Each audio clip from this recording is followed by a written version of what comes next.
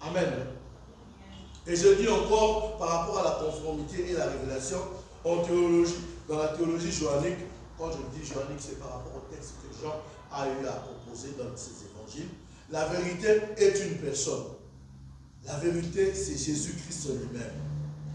Et il dit dans sa parole que je suis le chemin, la vérité et la vie.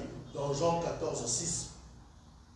Adorer en vérité signifie donc adorer Dieu conformément à la révélation parfaite apportée par Jésus.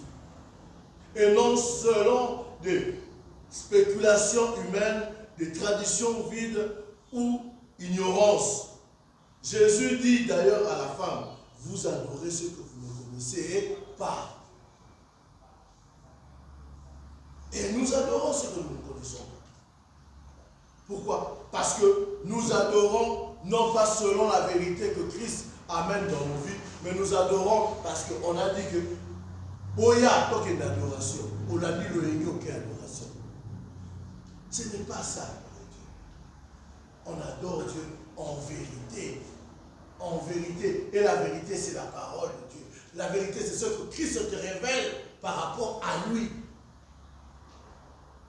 Et tu verras à ce moment-là, quand tu te tiendras dans la présence de Dieu, tu ne vas pas sécher quand tu vas commencer à adorer Dieu.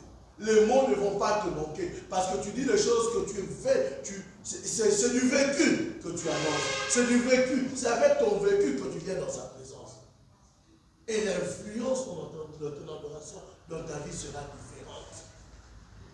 Pourquoi? Parce que ce n'est pas parce que tu as entendu, mais c'est parce que tu vis ces choses. C'est parce que tu te mets en ordre par rapport à ces choses-là. Amen, amen.